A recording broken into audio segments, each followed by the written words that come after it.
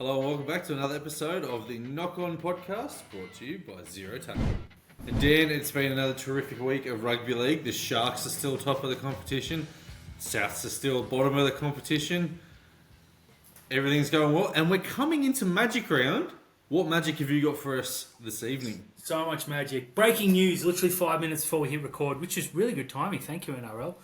Harry Grant, not guilty. He's not going to have to pay a fine. He's not going to miss any time. Was never a risk or anything. I have two thoughts. One, obviously, and two, looks like they didn't get the NRL edict that we're cracking down on this because it was charged, it was penalised, it was sin bin, and then the match review committee said, nah, it's okay.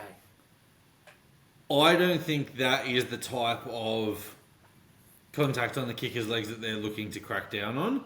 And I think although on the night the emotion was high and Grant Atkins was told by the bunker that's a sin bin, that's not a sin bin. And I said it on the night, I'm happy it was a penalty because I think you've got to protect the kicker's legs. And most people said, oh, he had landed. How had he landed if his right leg was still in the air and got contacted? So it's the ones that are happening to Lachlan Ilias and Brad Schneider and the ones we saw to Tony Kane in the past that you've got to crack down on. But one like that from Harry Grant, it's a penalty and it's play on. Kind of happy they sin binned him. Not going to complain. As a Sharks fan, I very much agree. Look, there's been a lot of conjecture online about this, saying it was the worst decision of all time. There was a worse one the night before where Tommy Turbo got a little, someone saw something and brushed it on he stayed down and he got a penalty. That's since been, they've come out and said that, hey, there's got to be contact now, there's got to be force. As I would have assumed common sense would dictate there should have been. But anyways, we're learning as we go as an NRL. But I think it sent the message that you're going to get penalised if you make any contact with the kicker, which I think was what the email that was supposedly circulated recently said. I do agree that they overreacted to the sin bin. Not going to cry any tears because we benefited. Roles reversed though. I'm probably blowing up. I think Harry Grant did the right thing by not just paying the $500 fine. He went in there and he fought it and they won. And I don't think you're going to see a weak sin bin for that this weekend. No, I don't think you'll see another sin bin for something like that. However, I do think and hope and pray that we continue to see penalties for something like that because as innocuous as it is, ask Scott Prince about the one that he got, which wasn't penalised back in the day when it was deemed minor contact to his ankle that broke his leg. Tony Kane's career ended when Steve Price ran into his leg. Complete accident. It's just like high tackles. Any contact is a penalty. They're not all sin bins. So I think we saw the referee overreact, and I think that'll come back. But if there is going to be a sin bin that probably shouldn't be in a crackdown, Magic Round could be the weekend. Speaking of Magic though, mate, we've just had the news that Ricky Stuart is going to be a Raider for life. They've tabled him, a 4-year extension to the end of his current contract, which is 2025, which will pretty much take him to the end of his coaching career by all reports. What are your thoughts? My initial thoughts, like, you always make the Ricky Stuart jokes, right? And it's funny and whatever, but he's 57 years old. I think I read he's 57 years old. I don't see him as long-term like Wayne Bennett or Craig Bellamy because he doesn't have the runs on the board. I think Canberra are in like a catch-22 situation where they're not winning a premiership anytime soon, but they're not going to come last anytime soon. And you're probably not going to get a high standard quality coach that wants to go down to Canberra. So you've got a guy who lives, breathes, bleeds green. Like, he is literally the epitome of that song. If you hit him, he'll bleed green. So he's a good coach. You got to respect him. He's a good coach. He's not a great coach, but he is a good coach. This takes him to 2029. He's the longest standing coach at his current club, not named Craig Bellamy. He's been there since 2014. This would take him to 2029. I think it's a good move all around for the Raiders. As I said, you're not going to get Craig. You're not going to get Bellamy down there. You're not going to get Wayne Bennett down there. Craig Fitzgibbon's not going to go down there. Ivan Cleary's not going to go down there. It's not a bad thing. It gives them 5 years to have a look for the next up-and-coming coach or find, the next Serraldo or Fitzgibbon or Webster before they become that name and have them under Ricky and have your succession plan in that place. And then if they turn around and say, he's actually ready, you can then move Ricky Stuart into coaching director or football manager or football operations or whatever. Because although he'll finish his coaching career in 2029 or 2030, whatever it's going to be, he won't be lost to Canberra and he won't be lost to Rugby League. Took the words right out of my mouth. I was going to say, you sign him long term and deal with it later. I very much agree that they're not going to get a better coach than Ricky Stuart down there. No, I'm not particularly high on Stuart. I think he's fine. And, you turned Cronulla, a pretty average Cronulla team, into a team that made a prelim. Got bashed, but whatever. We made a prelim, which at that time was quite an achievement for the club. It's a Wayne Bennett situation, and you've got a big name, long-term coach who's moving on. Who's going to go in there and take that role straight after? No rookie coach is going to jump. They're going to finish 10th. They're going to get rissoled. And then it starts again, and you're going to see, what's happening with South. So they're either going to go back to Ricky Stuart or they've got to start again, and you go and go and go. The Dragons still haven't recovered from Wayne Bennett being there. So I joked about it. Long may that continue. Yep, well, hopefully it doesn't stop anytime soon. I think it's fait accompli. I think he's going to coach there as long as he wants.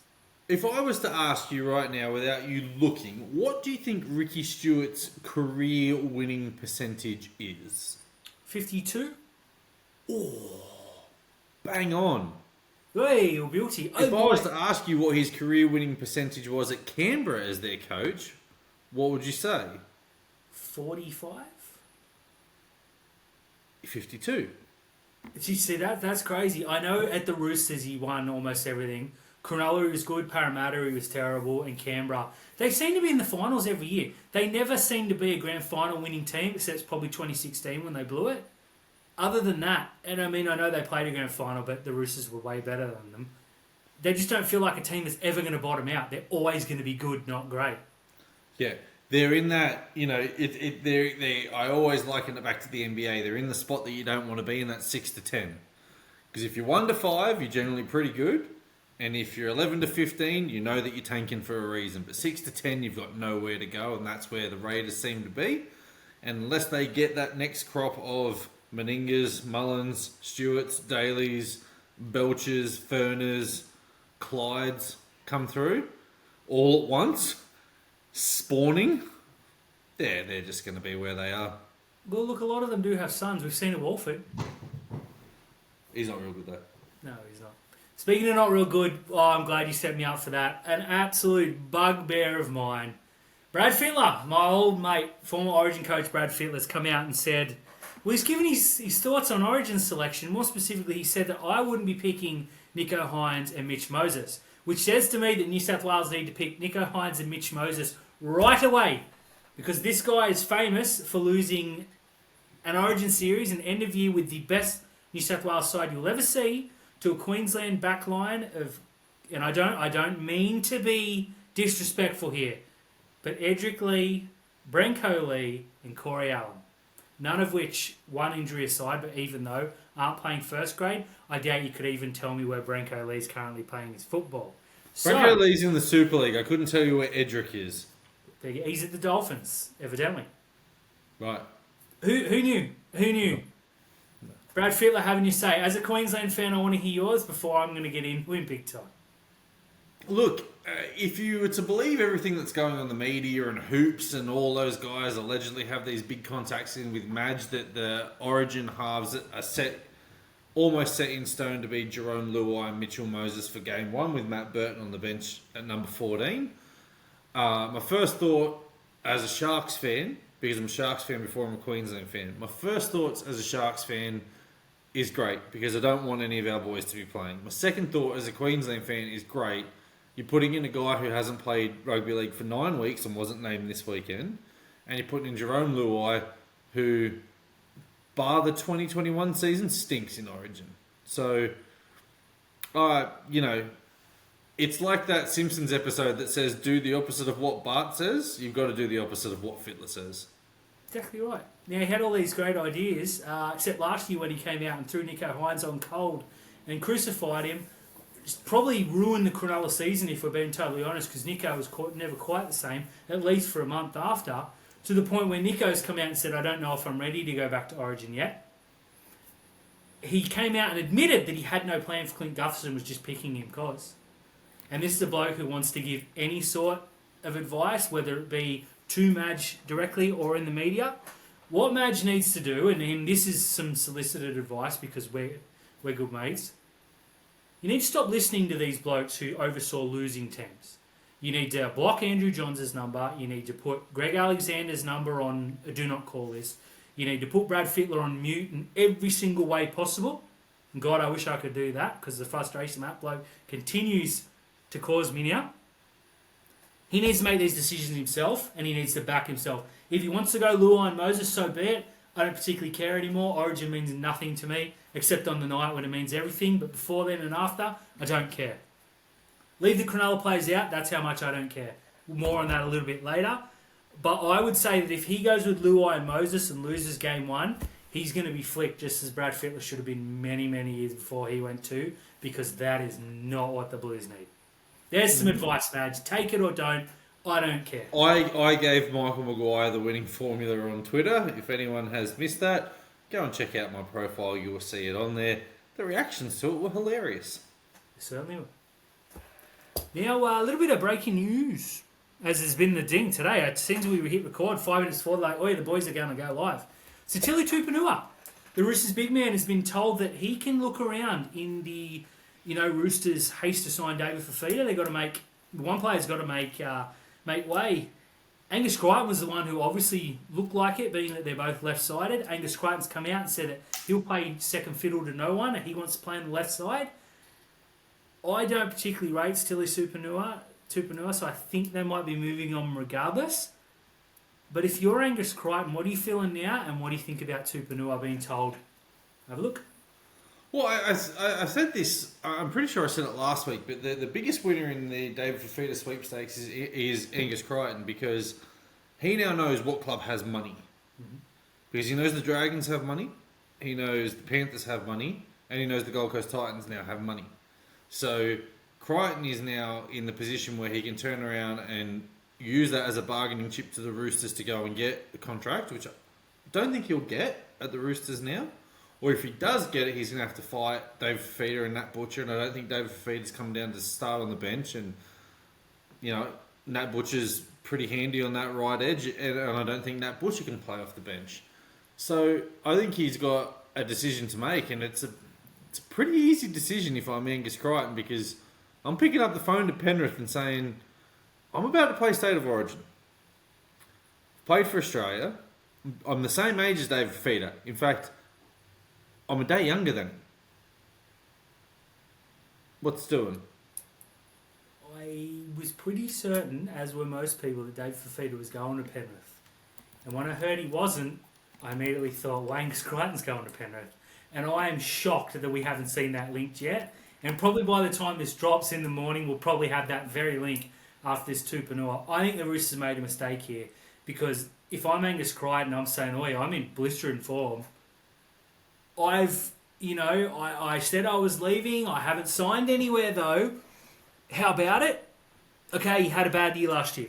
We know why it happened. This year now, outside of maybe Fifita, he's a form back row of the competition, and I include Kikau in that, who's playing very well as well. If I'm Crichton, I'm thinking, see you later. I'm gone. If I'm Penrith, I'm saying, come on over. It's just too perfect. You have a look at who he's got to fight at the Roosters for game time. If he wants the left edge, David Fifita is, as you said, and I just checked out there. He's 4 years younger than Angus Crichton. Apologies, Dave. Thought you were 28 for some reason. Nat Butcher, Victor Radley. He's got to fight those guys. He goes to Penrith. He's got to fight Luke Garner, Scott Sorensen. I'm going to Penrith. I'm going to Penrith too, and I think. But I am ringing the Titans and I am ringing the Dragons to find out who will throw out the most ridiculous deal, and I'm leaking that through the media. Crichton could have some very, well, I have no doubt he's going to have some very, very big offers. I know New South Wales Rugby Union they pulled the contract last year. That's the other thing. I've got no tears for I've got no tears for Angus Crichton. I know he spoke to the paper the other day and he was like, I'm a little bit upset. No one spoke to me about David Feeder. All I know is they wanted to re-sign me, etc., etc. I got no tears for him because at the beginning of the year, and all you need to do is go back and Google Angus Crichton Rugby Union, and in January and February he was gone to French or Japanese rugby. And it wasn't until his form turned around and he got back into the team, it was a little bit of a dummy spit because he was playing reserve grade. Now he's back in the first grade team. All of a sudden, oh no, I want to stay with the Roosters. But the Roosters have looked at it and said, well, you used us as leverage. We're going to go and take the guy, you've probably got 5 years left. This guy's got 10 years left. Yeah, well done to the Roosters. Again, though, if I'm David Fafita and I was looking at Penrith and the Roosters and it was the same contract being offered to me, locations aside, I'm taking that Penrith contract. Angus Crichton, you are a Penrith Panther. Look, it looks right to me, which leads to Sitili Tupouniua, out of the Wilderness. Yeah. I think the Gold Coast Titans pounce here and sign him rather quickly. I think he screams St George Illawarra Dragon to me. He's a good player. I know he's a little bit down on form, but he's a bloke. The problem with Sitili Tupouniua is he's made a career running the suicide line. Mm-hmm. Yeah, he literally runs those hard edge angles, and he gets the ball pelted at him. So he makes a lot of errors. I think he needs to sort of take a step back from that and have a look at the other guy who's playing at the Dragons and sort of be more like Jaden Sewer rather than just being like crazy crash play, hope you catch the ball and fall over the line. I think he's a really good player. Defensively, he's a little bit shaky and his hands let him down, but tremendous player. I don't quite see the need on the Gold Coast for him. I think the Titans may be kicking themselves of pulling out of the race for Finafuiaki and allowing him to go to the Dolphins. But Tupouniua just screams St George Illawarra Dragon player to me. That's fair. We'll keep an eye on that. There's going to be a few players linked to the Titans in the next few weeks, given that they got a bit of money because of the aforementioned Fafita. But finally, some good news. Well, not really. I say that tongue-in-cheek. But last week, we begged the NRL to make an example out of this tripping. We said that it's got back in the game and it needed to be shut down. Isaiah Papali'i's been suspended for 1 week for his awful trip on the weekend. Tigers fans have every right to say, oi, what about Sloane a week ago? What about so-and-so 2 weeks ago? What about Angus Crichton a day later? I understand their frustration, but someone had to be the first to go, and I hope that every trip now leads to a suspension because it needs to leave the game immediately. Well, not only that, let's take it back to on-field. If you trip someone intentionally without sticking your arm out, like Papali'i just stuck his leg out, at least Tyrell Sloane attempted to make a tackle. And you can probably clutch at straws and say that Crichton was attempting to make a tackle as well. But Papali'i just stuck his leg out. If your leg makes contact first and you trip a bloke, you need to spend 10 minutes in the sin bin. Straight up. And then you need to be suspended. Just straight up. Yeah, I agree. Back in the day, it was an automatic send-off after you got punched in the mouth. Yeah. Why not? It's crept back in, mate. We said a couple of weeks ago when we saw it and it wasn't penalised or it wasn't dealt with severely, it's going to creep in. And I'm not going to say for a second that Papali'i did it on purpose. It's a reaction. You put your foot out. But it's going to get to a point where someone's going to run through. You're going to be wrong-footed. Oh, just kick him. Just take him down to save to try and deal with whatever happens. Yeah. And as I said, like back in the old days, even in the 90s, it was a send-off after you had got slapped around. So, and I think it's going to, like, all it's going to take is for, someone to get a nasty gash on their leg and the teammates turn around and go, you know what, we're up by 20 or we're down by 20, whack. Yep. Don't do it. Tripping is awful. It is. I'm glad to see the suspension. I'm sorry, Papali'i, who's one of my favourites, was the first one. Someone had to be. Hopefully the message is rammed home now. We're going to stick with the Tigers, mate. Your boys at heart. Adam Doueihi. has been offered a minimum contract next year. I think the Tigers are being nice and offering him anything, to be totally honest. There's a bloke who came out and said he didn't want to play anywhere but 5'8". Publicly, that wasn't rumoured, that happened. Is injury prone. Big fit win out. Now, Scotty's a good we love him. We love Scotty. We love Scotty at Souths. That's it. We want to just put that out there. We're big fans of his. I think he needs to take this contract and smile and say, yep, no worries, and prove it to the Tigers. But before I throw to you, Terry, something came out today which made me feel a little bit and reminded me of the Tigers of old, or maybe the Tigers of still today. An email was sent round begging fans to show, patience. I get it. Shane Richardson also was quoted as saying that if they're able to, they will offer him a better deal down the track. Which says to me, why should he sign this deal now if they've said, we'll try and get you a better one? What are your thoughts? Because I can see you shaking your head. I think I know why. If I'm Adam Doueihi, I am laughing that contract out the door, and I am telling my manager to pick the phone up and ring Penrith and say, I can do the exact same job that Jerome Luai did. You don't have a 5'8" next year. Jack Cole is young. Brad Schneider's probably going to get picked up on an extreme deal at a team that needs a halfback. I am not taking that Tigers deal until it's the last deal left on the table. There are teams out there that need like I just mentioned it, the Titans. They need a playmaker. I just look at Adam Doueihi when he plays in the 6 role. He can kick a ball, he can ball play, and he's a big, strong runner. Mate, I can honestly tell you that if Jerome Luai went one way and Adam Doueihi went the other way, Penrith don't miss a beat. Devil's advocate, do you feel he owes the Tigers for the last 2 seasons? The problem with professional sports is you don't owe anyone anything, right? You don't ask to be signed on a $950,000 deal at the same way that you don't ask for your ACL to be torn.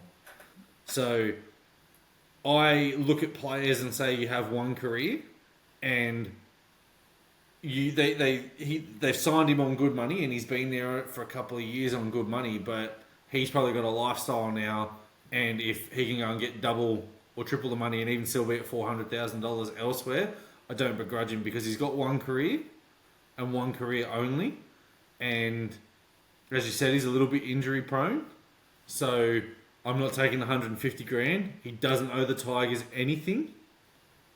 I'm literally going there, and I'm if I'm going to take a minimum contract, it's going to be at Penrith to prove myself that I can play next to Nathan Cleary for a year, and then Penrith can upgrade me.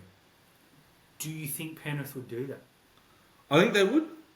I think they look what they've done in the last couple of years. They've won premierships with Sean O'Sullivan, Jack Cogger, and now they're flying with Brad Schneider. And I'm telling you that Adam Doueihi is better than all 3 of those players. I was going to say they've done well with players that aren't as talented as Adam Doueihi. Look, I want nothing more than this kid to get fit and play his best football, because he is a rare highlight for a Tigers team that I otherwise don't really enjoy watching. I think he's got a real chance to make himself a club hero here. And I know that that's not really relevant, but he could say, yeah, I'll get this deal, play lights out footy, and be their number 6 for the next however many years, with Luai shifting to 7, because I don't see anything in their current crop. I know they've got the young Fainu kid, and we'll wait and see. Maybe he's a superstar, maybe he's not. It's too young to tell. But I think Adam Doueihi's got a tremendous opportunity. He won't take that minimum deal. There's no way. I would take it if I'm him, but I'm thinking of someone who's not going to retire in a couple of years because my body gets smashed every day. Yeah. So good luck to him. And that's the thing, because Adam Doueihi's career can go one of 2 ways. He can either bounce back and become the player that we know that he can be, or his body can continue to let him down and he's going to retire. I'm not taking him a minimum deal until it's the last deal on the table. Completely fair enough. And one that, well, let's be honest, the Queensland side picks itself. It's Origin time. New South Wales, though, there are bolters aplenty. Every time you open a newspaper or click a link, someone's being linked to the New South Wales Blues, mate. Can I throw a name at you? Please don't. Probably hurt, but go. Sifitalakai. Why wouldn't you pick this bloke on the bench for Origin? I think because they picked him on the bench before and it didn't work, but that's because the coach was an idiot. He's playing a different role now. he's made for Origin. I don't think. I should say, I'll rephrase this. Had this been Sifa's role from round one, he would be playing Origin. I just think that there's too many mainstays in the New South Wales team that probably shouldn't be there. Like, let's put it bluntly. I see people naming like Payne Haas and Taniela Paseka in the front row, and I look at that and I go, geez, that's scary. And then I remember, it's New South Wales, they're going to pick Jake Trbojevic as your starting prop. Mm-hmm. So because of that there, I don't think that there's a reason for Sifa Talakai, but absolutely I'd advocate for it. But the less Sharks in Origin, the better. Agreed. On a Shark hat aside, Sifa Talakai is the perfect player because they're gonna pick a utility, right?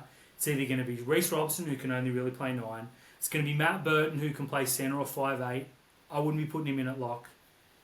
Or I want to throw another name at you, and that's Connor Watson, who I think might be the go. Because if you pick Happy Coruscant, he can only play 55 to 60 minutes at Origin.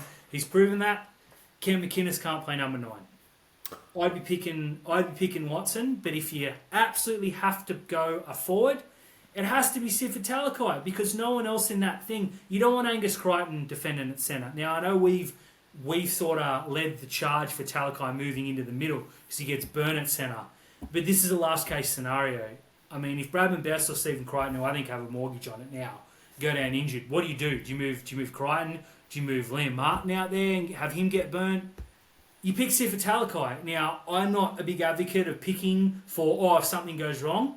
Sifa Talakai has changed the Sharks game in the last 3 or 4 weeks. Mm-hmm. He comes on and he rolls. What they're going to do is they're probably going to pick Junior Paulo, who I don't think is playing well at all this year. Or they're going to pick Itakumanu, who's a starting prop. Sifa Talakai is the sort of bloke you can rip in there and say, kill a bloke, or run through that wall, and he'll say, yep, and done. I'll do both. He does it at 110%. He does it bang, bang, bang. Then he comes off. He's not going to go in and work his way, and he's not going to make his tackles and take a couple of runs. You go in and say you got 10 minutes. He's going to take 10 runs. He's going to make you 120 meters. He's going to break 3 tackles. He's going to hurt someone. The fact that he's going to get overlooked for the likes of a Jake Trbojevic, who's a good tackler, or Liam Martin, who made 28 meters in an Origin half a couple of years ago, and I'll never forget that.